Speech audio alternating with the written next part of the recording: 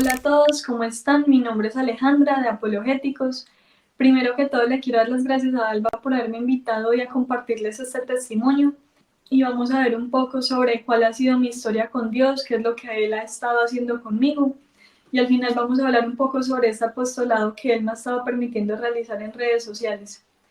Entonces, si yo le tuviera que poner un nombre a este testimonio sería Historia de la Misericordia de Dios en un alma, así como le puso su testimonio la Santa Madre Laura Montoya, pero no porque yo me parezca a ella, sino porque al ver mi propia historia y lo lejos que yo he estado con Dios y la real pena que uno merecería por los propios pecados, pues yo no puedo sino darle infinitas gracias a Dios por haberme sacado en ese momento de esos lugares precisos en los que estuve, porque si no lo hubiera hecho, pues no sé dónde ni cómo estaría hoy. Entonces, para empezar un poco de contexto, yo tengo 21 años, nací en Bogotá, Colombia, el 23 de febrero de 2003. Cuando yo era muy pequeña, mis papás se separaron y ahí hay un elemento que ha sido muy importante para mí a lo largo de toda mi vida, y es que la mitad de mi familia, la familia por parte de mi mamá, siempre ha sido católica y la familia por parte de mi papá ha sido protestante. Y él mismo, poco antes de que yo naciera, se volvió ateo. Entonces, pues esos tres elementos siempre estuvieron ahí como muy presentes. Y de hecho, yo recuerdo que cuando yo era chiquita, yo le preguntaba a mi papá el por qué no creía en Dios y él me decía que cuando yo fuera grande me contaba, pero al final como que nunca me alcanzó a explicar bien el por qué era ateo, porque ya después ya yo dije que yo era atea también. Pero antes de eso, pues Eh, no sé, desde que yo era muy chiquita, mi papá me empezó a inculcar el gusto por la lectura, por la cultura, por la música clásica, el arte. Y aunque eran cosas que realmente siempre me gustaron desde que era muy pequeña, ya en cierto momento, pues eso se empezó a volver como una especie de obstáculo para conseguir amigos, pues para hablar con los niños de mi edad.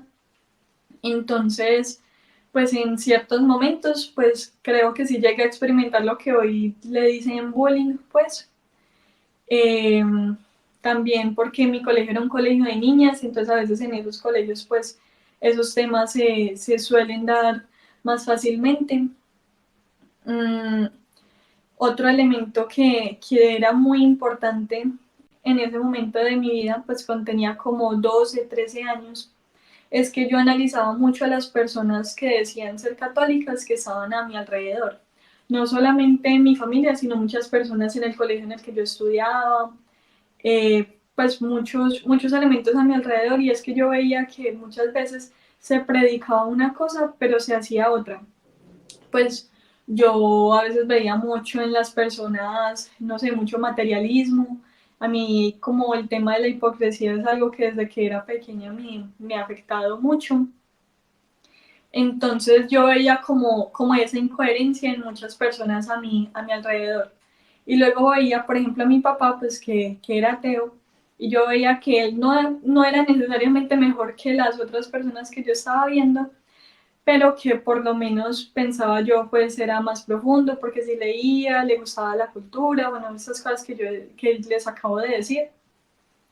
Entonces empezó a formar en mi cabeza poco a poco la imagen de que las personas que creían en Dios no vivían lo que decían y que además eh, eran tontas, no pensaban.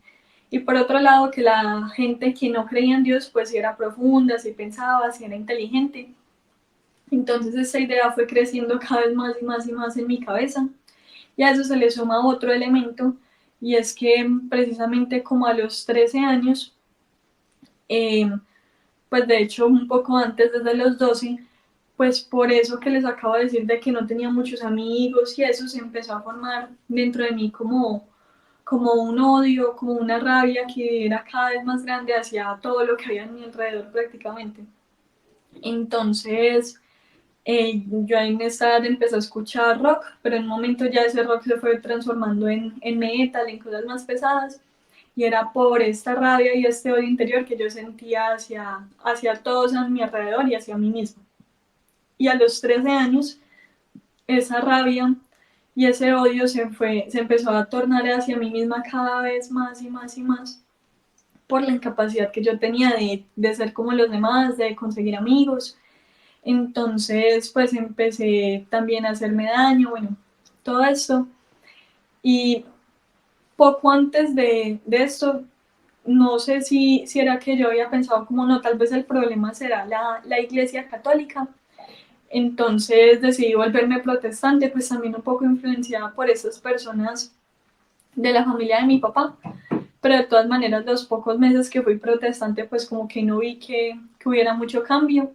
Entonces ya en un momento le dije a Dios, Dios, si tú realmente existes, entonces no dejes que yo me vuelva a sentir así de triste como me estoy sintiendo en este momento. Y al día siguiente, al poco tiempo, pues evidentemente volvió a pasar. Entonces yo dije, bueno, listo, entonces no existes porque no me quisiste ayudar. Y algo que yo tomé como una excusa para haberme peleado con Dios en ese momento es que en el colegio yo estaba empezando a ver ya sobre Nietzsche, sobre el existencialismo, esos filósofos.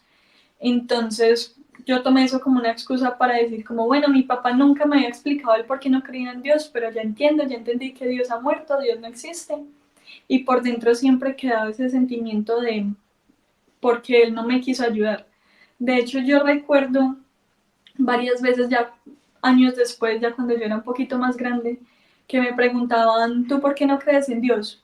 Y yo llegaba y empezaba a dar los argumentos que yo tenía en ese momento para decir que Dios no existía. Pero recuerdo que por dentro pensaba, yo no creo en Dios porque Él no me quiso ayudar. Entonces sí fue como una pelea interna que hubo ahí dentro de mí en ese momento y que persistió pues durante algunos años.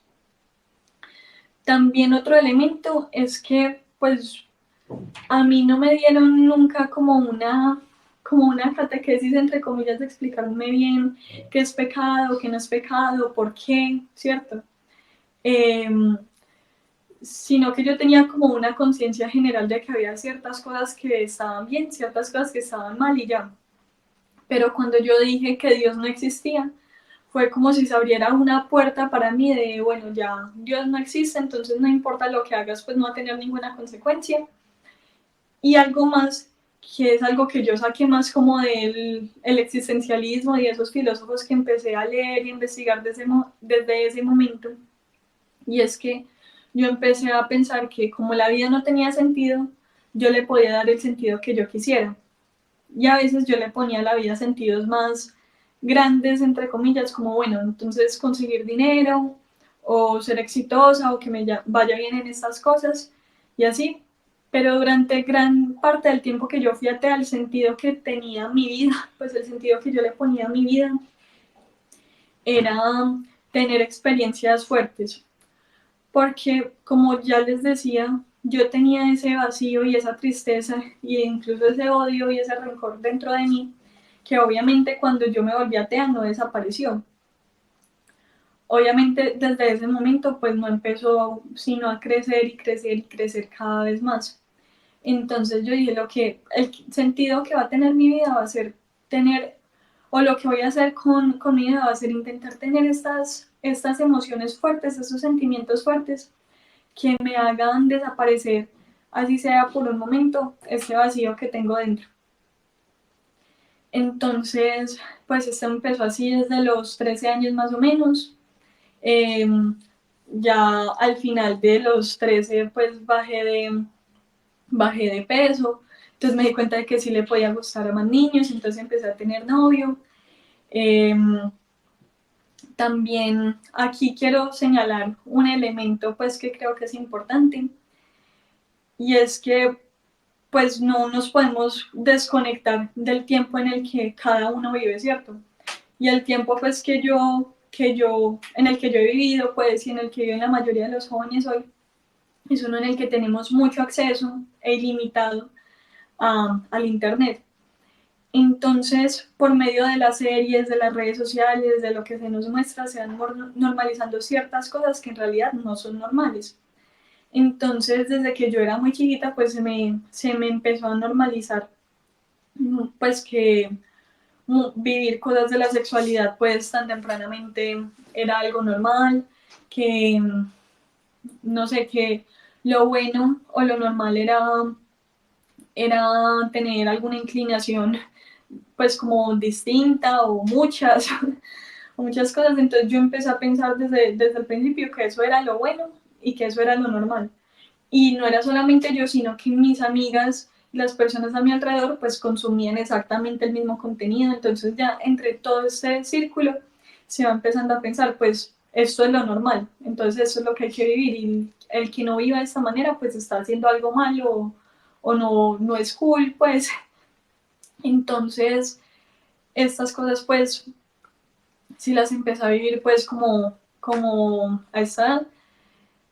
Pero eso, a diferencia de lo que yo pensaba en ese momento, de que no, pues, o sea, si todo el mundo lo hace, no importa, o es lo que yo quiero, o me va a hacer desaparecer eso que yo siento en un momento, pues yo soy muy consciente ahora, pues, de que no era algo que hacía, sino cada vez más y más y más y más abrir un vacío más profundo dentro de mí del que yo ya tenía en ese momento.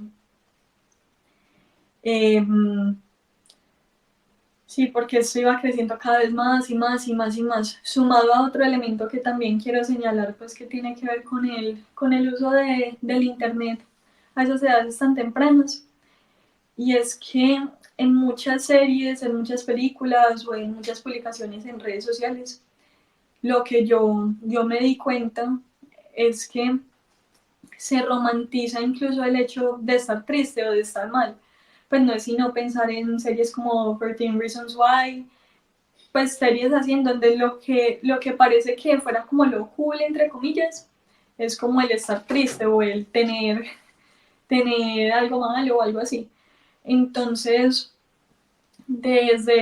o sea, yo ya les he hablado de esa tristeza que yo sentía, pero yo sé que el ver estas series, que estar en contacto con ese tipo de contenido en redes sociales y eso no hacía sino cavar un vacío y un pozo cada vez más profundo dentro de mí. Es como pensar que hay un joven que, pues, de 13 años que se siente muy triste y entra al internet y no ve sino puro contenido que lo único que hace es alimentar y alimentar esa tristeza y nada que te diga cómo salirte de ahí, sino que lo que hacen, yo tenía la percepción de que lo que hacen los jóvenes, pues, que sí son profundos, que sí son inteligentes, son cosas que los llevan a estar tristes. Entonces yo pensaba que eso también era lo que estaba bien. Entonces, bueno, esa tristeza y ese vacío iban creciendo cada vez más y más y más y más. Además, yo leía a estos filósofos, leía muchas novelas filosóficas, por ejemplo, no sé cuántas veces me leí La insoportable levedad del ser, pero yo era todo como en búsqueda de preguntas, en búsqueda de, bueno, ¿cuál va a ser el sentido de mi vida entonces? Y no había nada que me pudiera llenar ese vacío que yo tenía. Otro elemento importante es que, pues en la cultura en la que yo crecí, pues en Medellín, bueno, no les conté que yo nací en Bogotá, pero que desde los 10 años nos fuimos a vivir a Medellín. Entonces en esa cultura pues se valora mucho, no sé, la imagen, el físico, y además sumándole pues todo con lo que nos encontramos en redes sociales, en internet, pues empecé a desarrollar ciertos problemas alimenticios. Yo desde que tengo memoria, hasta que empecé a creer en Dios, pero desde que tengo memoria siempre estaba haciendo dieta. Pero ya llegó un momento en el que empecé a contar las calorías que tenía todo. De hecho, yo todavía me acuerdo de cuántas calorías tiene un pollo, cuántas calorías tiene una papa, una manzana. Yo empecé a contar las calorías de todo y me hacía planes. Y de hecho, muchos de esos planes que yo hacía los encontraba en internet, en Instagram, así. Entonces decía como, bueno, entonces mañana voy a comer 500 calorías. Pasado mañana 600 y ya al día siguiente 200 calorías. Y si un fin de semana o un día llegaba a comer más calorías de lo que yo me había puesto, entonces la solución era ir y vomitarlo y ya. Y esto no era solamente, en un punto ya no fue solamente por el tema del físico, sino que empezó a ser pues dentro de mí como este pensamiento. Yo pensaba, pues tal vez esta es una forma también más lenta de morirse, porque en muchos momentos de ese tiempo que estuve lejos de Dios, cuando yo me daba cuenta de que alguno de esos propósitos que yo me había puesto en la vida fallaba, o sea, que me daba cuenta de que no era tan buena como quería ser en algo, o que no hacía tan bien algo, bueno, o que algo no iba a ser posible, inmediatamente venía la pérdida de sentido, la tristeza, la depresión, y el preguntarme como, bueno, ¿y yo por qué existo? ¿Yo por qué estoy aquí?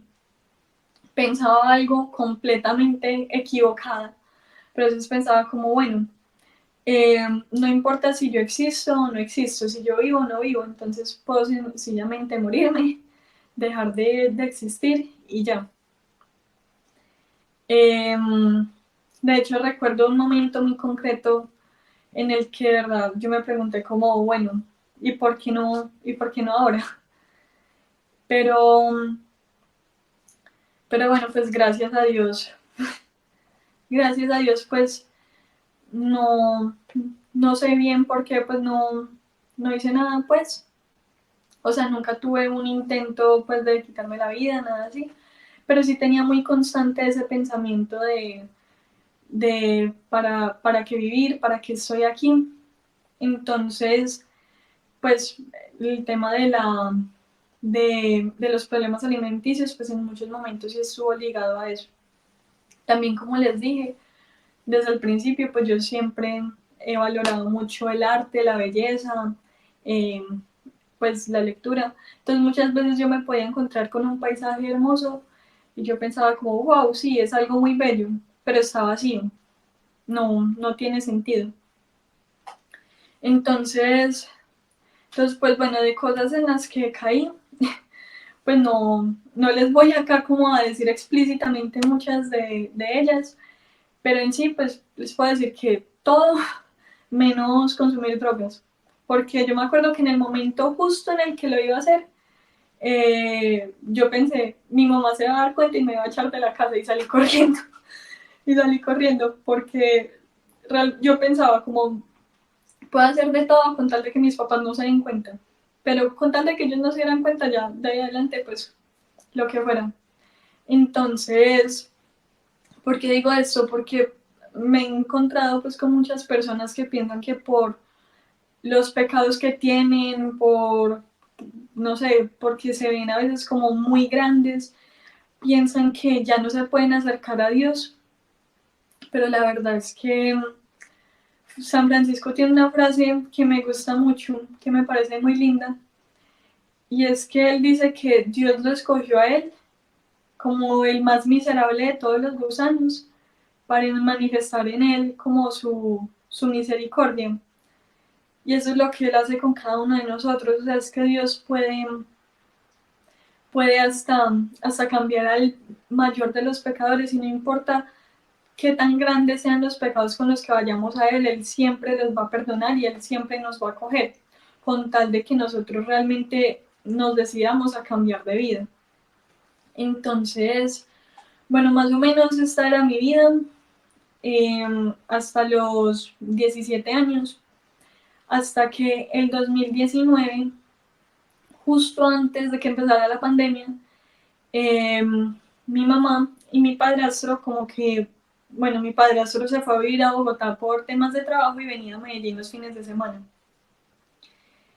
Y por alguna razón como que empezó a tener problemas con mi mamá y ella empezó a ir mucho donde un sacerdote en Medellín y me obligaba a mí a ir a donde este sacerdote.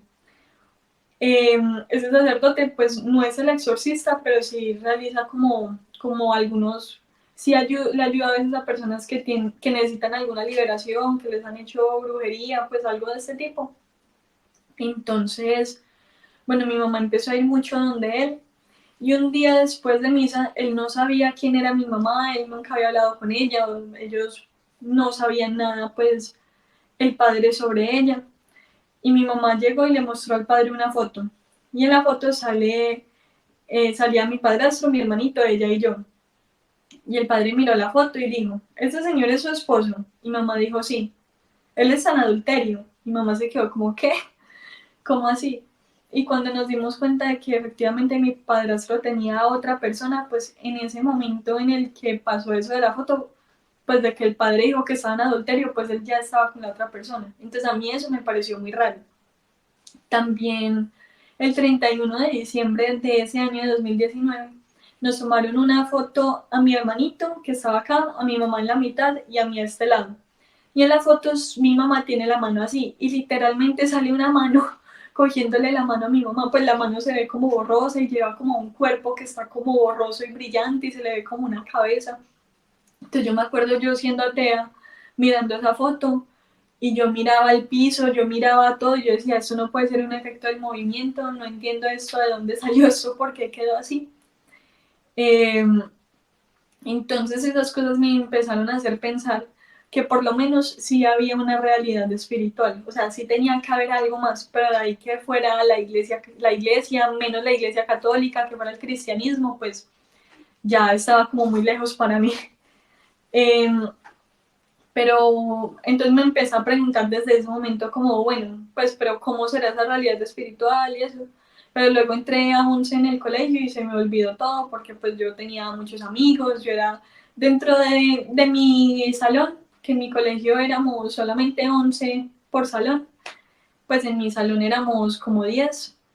Yo era como la más loca, la más alborotada, pues por así decirlo. Entonces entré a 11 y se me olvidaron como todas esas dudas que tenía, pero gracias a Dios, en mi caso, pues yo sé que para otras personas fue muy duro, pero para mí fue una bendición.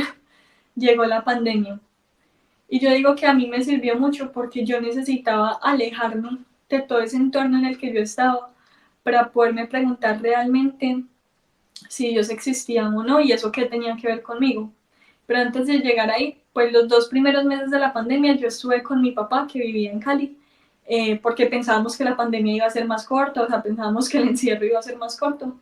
Y yo recuerdo que en ese tiempo que yo estaba con él, pues nosotros hablábamos de, ay, sí, mi mamá está loca porque está empezando a ir mucho donde ese padre, la gente que no piensa, que cree en Dios. Es que yo pensaba, cuando alguien llegaba y me decía a mí que creía en Dios, yo pensaba, ah, qué pesar, es tonto. O ah, pobre, no piensa. Eh, porque yo pensaba algo, por ejemplo, que dice uno de esos filósofos existencialistas, y es que la gente cree en Dios para tener un motivo para no suicidarse. Pues imagínense las cosas que yo realmente pensaba. Entonces, bueno, así, pero ya apenas pudo haber un viaje en bus Cali-Medellín, que mi papá en ese momento vivía en Cali, pues me fui a Medellín y cuando llegué pues mi mamá ya estaba, pues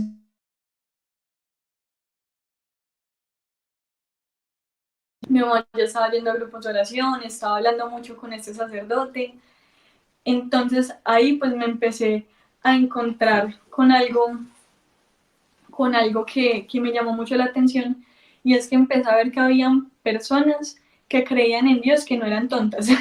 Empecé a conocer personas que sí decían cosas que me parecían muy razonables. Además que o un elemento que me faltó, antes de que empezara la pandemia y que cuando mi mamá me obligaba a ir a misa donde este sacerdote, pues muchas veces yo veía personas que entraban en liberación. eh, pues que durante la misa entraban en alguna liberación o algo. Y a veces yo pensaba, esa gente está loca, les pagan, pero a veces ya eran cosas como tan extrañas que o sea, que esa duda iba creciendo cada vez más. Entonces ya volvamos a este otro momento. Entonces mi mamá pues seguía hablando mucho con ese padre que ya iba cada martes, me acuerdo que era justo los martes, ya iba cada martes a nuestra casa a almorzar. Y cuando él iba, yo le tenía una lista así de preguntas como para corcharlo, como para demostrarle que Dios no existía, pero él con mucha paciencia me las iba respondiendo todas así, cada una. Y ya en un momento yo dije, pues tengo que analizar seriamente si Dios existe o no existe, porque estoy viendo muchas cosas que me cuestionan muchísimo, y si Dios realmente sí existe, yo no puedo vivir como si Él no existiera, como si Él no existiera, yo no puedo vivir con los ojos tapados, porque eso tendría una consecuencia. Entonces empecé ya a investigar por mi cuenta, a leer mucho, yo que soy así, y me encontré principalmente con dos cosas. Primero, con las apariciones marianas y con milagros, pues, de estas apariciones. Entonces, por ejemplo, la Virgen de Fátima.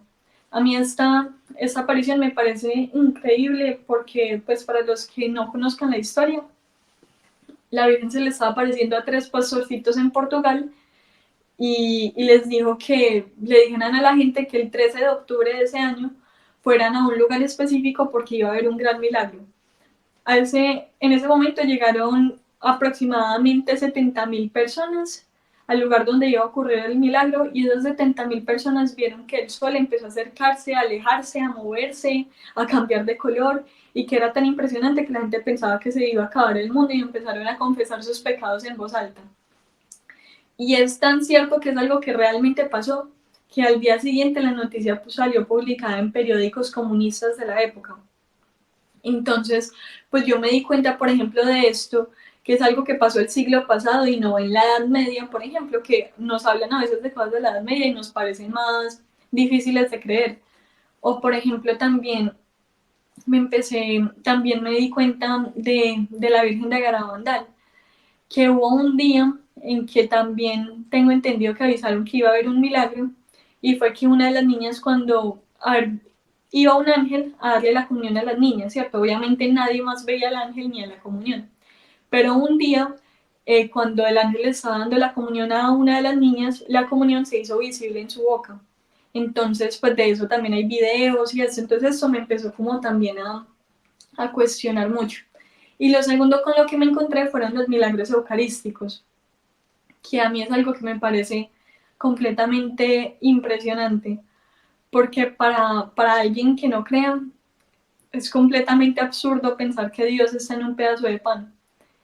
Pero ya cuando tú juntas todos los elementos que hay para realmente creerlo, es algo realmente abrumador.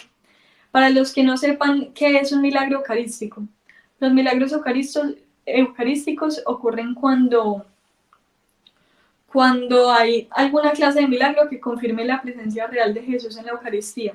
Y los más comunes ocurren cuando el pan o el vino consagrados en una misa se convierten físicamente en carne humana o en sangre humana.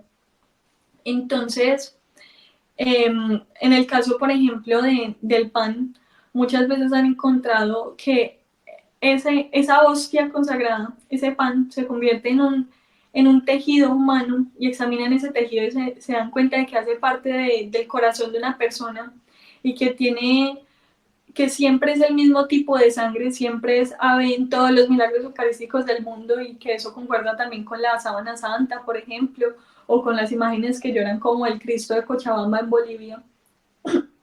Y además se dan cuenta de algo muy extraño y es que en ese tejido los glóbulos blancos están como en una persona viva, que eso no se puede entender porque yo lo sé explicar de esta manera.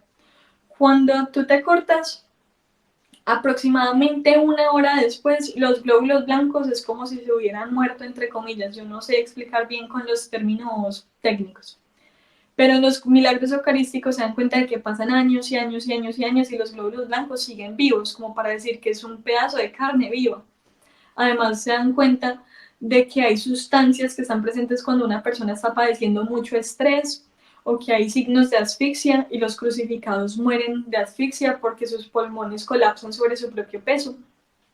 Entonces, bueno, o sea, es algo completamente inexplicable que la ciencia nos confirma de que hay realmente tiene que haber algo más. Y luego si nos vamos a ver qué es lo que dice la Biblia literalmente sobre la Eucaristía, cuál es una lectura literal de lo que dice la Biblia, nos damos cuenta de que realmente lo que quería decir Jesús es que ahí realmente están presentes su cuerpo y su sangre. Y también si nos ponemos a ver, pues y esto obviamente ya me di cuenta más adelante, si nos ponemos a ver qué es lo que han creído los cristianos desde el principio acerca de la Eucaristía, nos damos cuenta de que siempre, siempre, siempre, desde los padres de la iglesia, desde los primeros cristianos, han creído que en el que en el pan y en el vino consagrados están realmente presentes el cuerpo y la sangre del Señor. Entonces estos dos elementos me hicieron decir, pues realmente con todo lo que he estado viendo últimamente, Dios realmente sí tiene que existir. Y yo antes pensaba que de todas maneras, si yo volviera a creer en Jesús, yo no sería católica por la Inquisición, las cruzadas, todo eso. Pero yo pensé, a la Virgen y a la Eucaristía solamente las encuentro en la Iglesia Católica. Y eso es como un sello de autenticidad, como un sello que Dios mismo pone para decir, por aquí es. Y al principio había muchas cosas que yo todavía no entendía, pero que a medida que fue pasando el tiempo, pues fui estudiando y fui entendiendo completamente, como por ejemplo el tema de la Inquisición, pero eso es como un tema muy amplio para hablar en otro momento. Pero todavía, aunque yo dijera como si por aquí tiene que ser, todavía había como algunas reservas, sobre todo porque pues tú sabes que cuando vas a tomar una decisión así de, bueno, voy a empezar a vivir el catolicismo, voy a volver a creer en Dios, porque en realidad es una decisión que tú tomas, tú sabes que te vas a encontrar con muchas personas que lo van a aceptar, en mi caso empezando por mi papá o por mis amigos, sabes que van a haber muchas renuncias, entonces todavía me faltaba como terminar de dar el paso, hasta que un día que fue ese sacerdote a almorzar a la casa, yo lo recibí otra vez con las preguntas de siempre, y me acuerdo de la última pregunta que le hice, que es un argumento pues muy sencillo pues que yo tenía antes, que era que si la perfección se puede representar, por ejemplo, como con una esfera, porque es algo que no tiene cambio, ¿cierto? Que por donde tú lo mires es igual. Eh, y esa es como la representación de la perfección.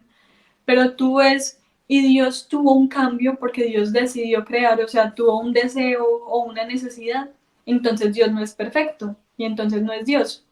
Entonces yo le dije eso a ese sacerdote y él me respondió, sí, pero Dios creó el mundo por amor. Yo en ese momento no creía, perdón, no entendí nada de esa respuesta que él me dio, pero yo empecé a sentir como una especie de gozo acá que me dijo como sí, esa es la respuesta, aunque no la entendía, algo me dijo en mi interior que eso era. Entonces, ya la siguiente pregunta que le hice fue como, bueno, padre, ¿y entonces qué tengo que hacer si ya sí quiero ser católica? Entonces él me dijo que me tenía que confesar, yo no me quería confesar con él porque no quería que se le dañara la imagen que tenía de mí en ese momento. Entonces nos pusimos a buscar un sacerdote que yo nunca fuera a volver a ver en la vida. Todavía estábamos en pandemia, todavía había muchas restricciones en cuanto a la salida, entonces era difícil. Nos demoramos como un mes encontrándolo. Eh, y bueno, ya cuando lo encontramos, recuerdo que fuimos un día y ese día ese sacerdote no podía, entonces teníamos que volver al siguiente. Al siguiente cuando fuimos, la persona que me iba a llevar llegó tarde, mientras estábamos subiendo se varó el carro, cuando lo desvaramos empezamos a subir porque eso era, para los que conozcan Medellín, era por Palmas, eh, o sea, era como algo por fuera de la ciudad. Entonces seguimos subiendo hacia donde era la iglesia y empezaron a bajar un montón de carros diciendo que habían cerrado las vías porque se había caído un letrero de esos grandes de las carreteras. Entonces, pues yo pensaba que no me iba a poder confesar.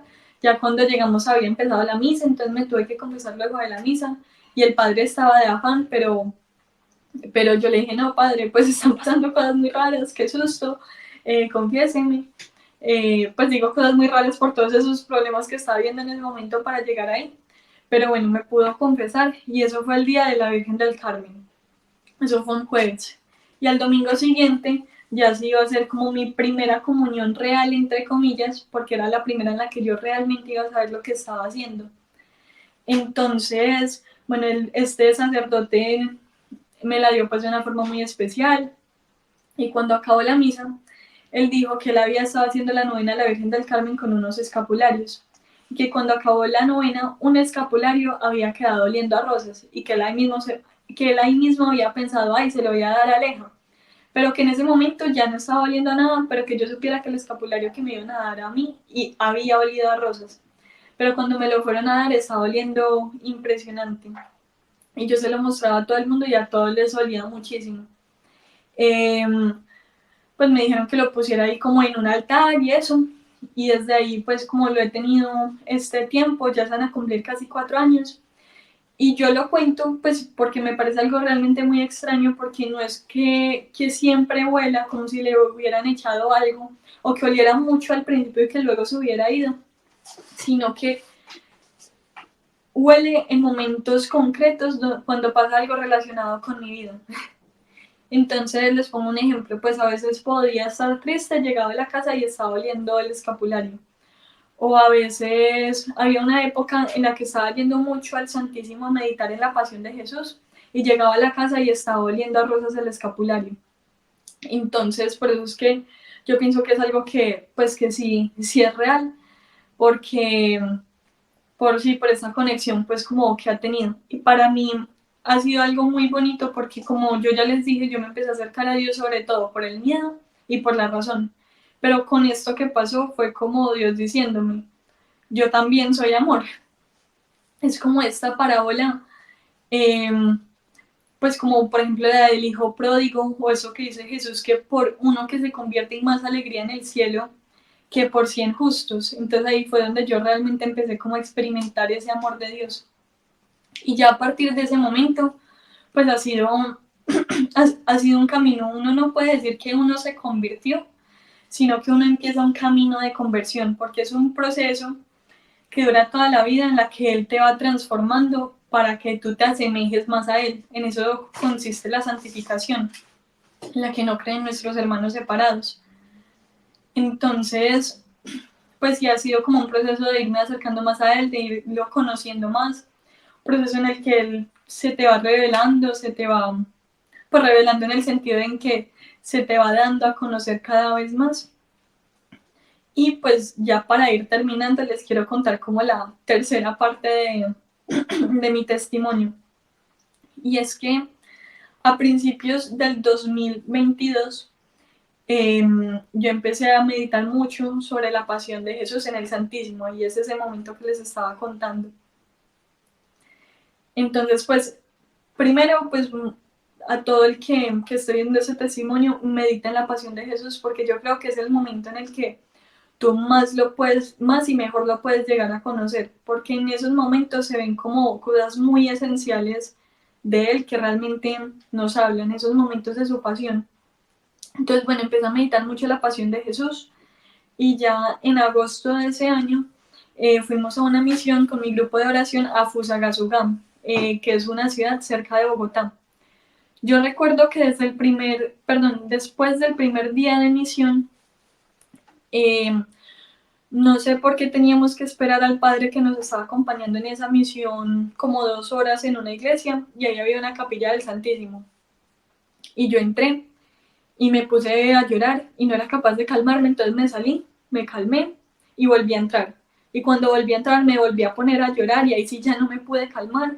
Entonces me salí y me hice en una parte en donde nadie me viera, y yo lloraba y lloraba y lloraba y lloraba y no era capaz de calmarme. Y era porque yo sentía muy fuertemente que Jesús tiene sed de almas, y que la gente del mundo también tiene sed de Dios. Pero que no hay suficientes personas que se estén dedicando a llevarle a Dios a esas personas ni a calmar esa sed de Jesús. Y esto lo vinculo con lo de estar meditando la pasión de Jesús, porque precisamente ahí tú te das cuenta de que todo lo que Él hizo fue porque Él tenía sed de almas. Las palabras que Jesús dijo en la cruz no tenían solamente un sentido concreto y específico para ese momento, sino que tenían un alcance universal. Como ya les dije, los crucificados mueren de asfixia, entonces cada cosa que Jesús dijera en la cruz era algo que le estaba costando muchísimo decir. Entonces cuando Él dijo ese tengo sed, Él no se refería solamente a su sed física, que sí tenía y muchísima, porque cuando una persona se está desangrando, lo que más siente es sed. Si alguien que esté viendo este video alguna vez ha donado sangre, pues yo no lo he hecho, pero conozco personas que lo han hecho, lo que esas personas dicen es que tienen mucha sed. Entonces imagínense cuánta sed no tendría Jesús en ese momento. Pero esa sed física que tenía, pues era mucho más grande su sed espiritual de almas, y lo demuestra con todo lo que estaba haciendo. Entonces, pues en ese momento en el que yo estaba llorando, yo sentía muy fuertemente esa sed de Jesús, y sentía esto de que la mies es mucha y los obreros son pocos.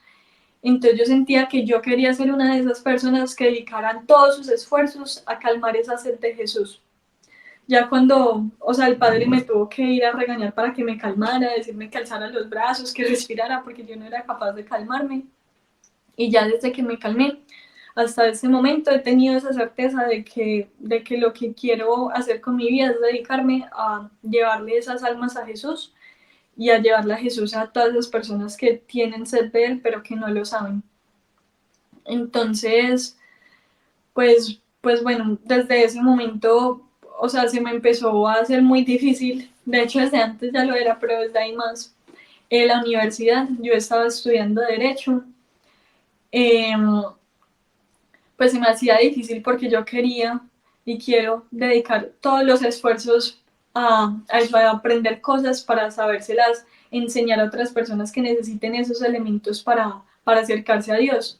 Por eso es para mí tan importante la apologética. La apologética es la defensa de la fe.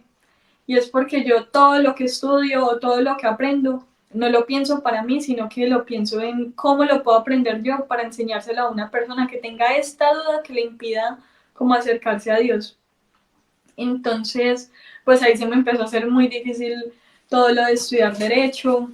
Eh, bueno, y así, y ya pues con dirección espiritual y todo, pues decidí que lo que iba a hacer por ahora era estudiar teología. Entonces, pues por gracia de Dios ya estoy acá estudiando teología, llevo un semestre, pues me ha gustado mucho y es por eso, es porque lo que yo realmente quiero es poderle dedicar todas mis fuerzas, todo mi entendimiento, toda mi voluntad, todos esos esfuerzos a calmar esa sed de Jesús. Y también, por último, pues que les dije que íbamos a hablar también sobre este apostolado que Dios me ha permitido realizar en redes sociales. Pues lo menciono porque también es una parte fundamental de lo que Dios ha estado haciendo conmigo. Y es que, como ya les dije, pues yo era atea, ¿cierto? Entonces, cuando empezó mi conversión, yo empecé a estudiar mucho apologética para responder a preguntas que yo misma tenía y para poder hablar con mi papá, con mis amigos, pues que todos mis amigos eran agnósticos o ateos. Entonces, pues desde ese momento empecé a estudiarla mucho y a lo largo de este proceso, pues me he encontrado con muchas personas que tú les empiezas a hablar con razones, no solamente diciendo como esto es así porque es así, punto, sino que tú les empiezan a hablar con razones y realmente se abren para acercarse a Dios y para conocerlo. Entonces, eh, pues desde que empezó mi conversión, pues he estudiado mucho apologética y ya el año pasado llegó un momento en el que yo realmente sentía que yo le quería llegar a muchas más personas, porque lo que Dios me estaba permitiendo hacer en ese momento era a veces hablar con personas concretas, o también en la universidad teníamos un grupo de apologética, eh, pero yo quería llegarle a muchas más personas, pero a mí no me gustaban las redes sociales, porque desde que empezó mi conversión, yo lo primero que hice fue borrar Instagram, borrar todas mis redes sociales, y de hecho yo tenía un celular así chiquito que casi ni siquiera servía para WhatsApp. Pero el año pasado, en octubre, conocí a algunas personas que yo vi que realmente hacen un trabajo muy grande, que le ayudan a muchas personas y que empezaron y que de ese trabajo lo hacen con las redes sociales. Entonces yo dije, bueno, pues lo voy a hacer a ver cómo me va, a ver cómo sale. Y el primer video, el primer reel, lo subí en Instagram el 31 de octubre. Y pues yo veo que eso fue algo realmente de Dios y que ha sido un trabajo y un apostolado que es completamente suyo, porque a 31 de diciembre de ese año, o sea, del año pasado, 2023, ya tenía como 50.000 seguidores. Yo también lo atribuyo a que el 8 de diciembre del año pasado yo ya tenía como 2.000 seguidores. Eh, y hay algo que se llama la hora de la gracia, que está vinculado a las apariciones de la Rosa Mística. Para los que no las conozcan, pues les invito a conocerlas, a estudiarlas más. Pero en esas apariciones se habla de algo que es eso, la hora de la gracia. Y en esa hora pues se dice que lo que tú pidas, con tal de que sea algo que esté conforme a la voluntad de Dios, pues te lo van a conceder. Entonces yo ahí pedí que si realmente este apostolado era algo que era su voluntad, que era voluntad de Dios, entonces que le diera mucho crecimiento. En ese momento, 8 de diciembre, tenía 2.000 seguidores y como ya les dije, ya el 31 de diciembre llegó a 50.000.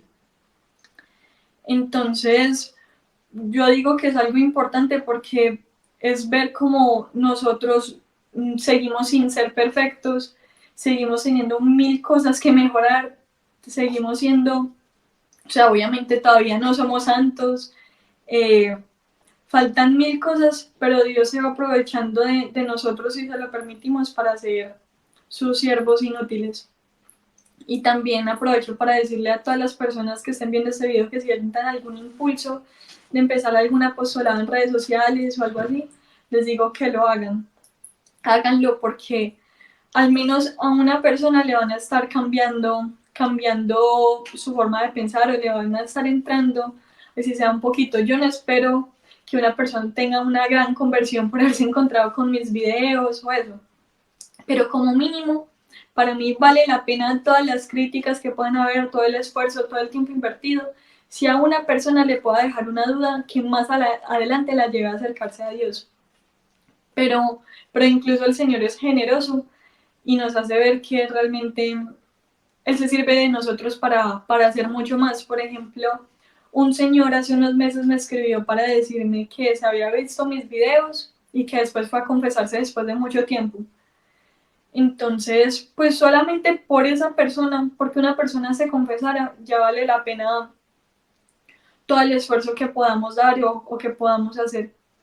Entonces, bueno, y quiero resaltar un último elemento, y es que obviamente a mí el Señor es como si al principio de mi conversión me hubiera echado un bálsamo para sentirme súper feliz y no sentirme triste y que toda esa tristeza y todo ese vacío desapareciera inmediatamente. Eh, pero pues lo hizo así tal vez porque yo soy demasiado débil. Entonces sí, entonces tal vez como que le echó ese dulcecito para que yo no me fuera a alejar. Pero ya a lo largo del tiempo pues tú vas viendo que realmente seguir a Jesús no es dejar de sufrir, como te lo prometen otras religiones, como por ejemplo el budismo. Tú no te vuelves cristiano para no sufrir, tú te vuelves cristiano para seguir a un crucificado, ¿cierto? Entonces, a mí me parece como muy valioso resaltarles el punto del sufrimiento, porque el catolicismo es la única religión que existe que le da un verdadero sentido al sufrimiento, ni siquiera los protestantes tienen ese sentido. Y es que tú como católico tienes un sufrimiento que puedes unir en la cruz de Cristo y que es un sufrimiento redentor, es un sufrimiento que tiene frutos. Eh, es un sufrimiento que tú puedes ofrecer por ti, por los demás, por el perdón de tus pecados y un sufrimiento en el que tú te empiezas a identificar cada vez más con Jesús. Entonces, esto de seguir a Jesús no es como eso, no es dejar de sufrir, no es que inmediatamente todo se vuelva fácil o que inmediatamente todo sea súper color de rosas, sino que es un camino en el que un Dios que es amor se te va revelando, tú lo vas conociendo, tú lo vas amando cada vez más a Él y en el que ya tú sigues sufriendo, se sigue sufriendo, pero lo haces acompañada de Él mismo, lo haces teniendo un sentido y es un sufrimiento que es hasta gozoso. Entonces es muy lindo porque yo conozco personas que pueden estar sufriendo pero están felices o tienen ese gozo en su corazón y es ese gozo de estar acompañados de Jesús. Eh, y es como hoy que grabo este video, es el día de Santa Catalina de Siena. Ella dice que a medida que ella busca más a Dios y lo conoce más, tiene más sed de Él y lo quiere buscar y lo quiere conocer más. Y es porque con Dios es como una espiral. No es un círculo virtuoso, sino que es una espiral en el que Él da el primer paso, te pone el deseo de conocerlo, el deseo de buscarlo. Y entonces tú lo conoces un poco más y te dan más deseos de buscarlo. Y lo buscas y Él se deja encontrar. y entonces te da más sed y así lo vas buscando más y más y más y más hasta que eso se va hasta la eternidad. Entonces, pues también le quiero decir a todas las personas que en este momento estén empezando un proceso de conversión o que estén teniendo luchas para dejar algún pecado, algún vicio, que simplemente sigan a Jesús, o sea, que simplemente lo acepten, que ánimo, que sigan, porque es que realmente en mi proceso, pues, Él me ha pedido muchas renuncias. Las personas que me conocen saben realmente la clase de renuncias que Él me ha pedido, pero que después de cada una de ellas, así algunas sean objetivamente grandes, porque hay cosas que pueden ser pequeñas, pero hay otras que objetivamente son cosas buenas, pero que el Señor te pide renunciar a ellas. Entonces a veces son cosas que pueden ser muy grandes, que tú las puedes ver como muy grandes, pero siempre después de una renuncia viene una felicidad más grande, siempre después de una renuncia viene una recompensa más grande, y a veces la recompensa es Él mismo, y con eso te basta, y eso es lo suficiente. Entonces, bueno, para los que quieran seguirme en mis redes sociales, estoy en YouTube, en Instagram y en TikTok como Apologéticos. Nuevamente, muchas gracias a Alba por haberme invitado hoy a compartirles este testimonio. Espero que les haya servido y bueno, muchísimas gracias.